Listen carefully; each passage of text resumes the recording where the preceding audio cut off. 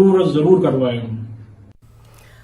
एक अहम खबर केरल से। केरल के वजीर केटी जलील ने इस्तीफा दे दिया है। दरअसल लोक आयुक्त की रिपोर्ट के बाद केटी जलील ने इस्तीफा दिया है। आपको बताएं कि केटी जलील पर इख्तियारात के गलत इस्तेमाल का इल्जाम है। तो इस वक्त की अहम खबर, केरल के वजीर केटी जलील ने इस्तीफा दे दिया है। केटी जलील पर इख्तियारात के गलत इस्तेमाल का इल्जाम है। लोक आयुक्त की रिपोर्ट के बाद केटी जलील ने अपना इस्तीफा दिया है। हमने देखा था कि इस मामले पर सियासत की काफ़ी गरमाई थी और बयानात का भी सिलसिला शुरू हुआ था, और अब ये बेहद अहम खबर कि लोक आयुक्त की रिपोर्ट के बाद केटी जलील ने इस्तीफा दे दिया है। उन पर इख्तियारात के गलत इस्तेमाल का इल्जाम है।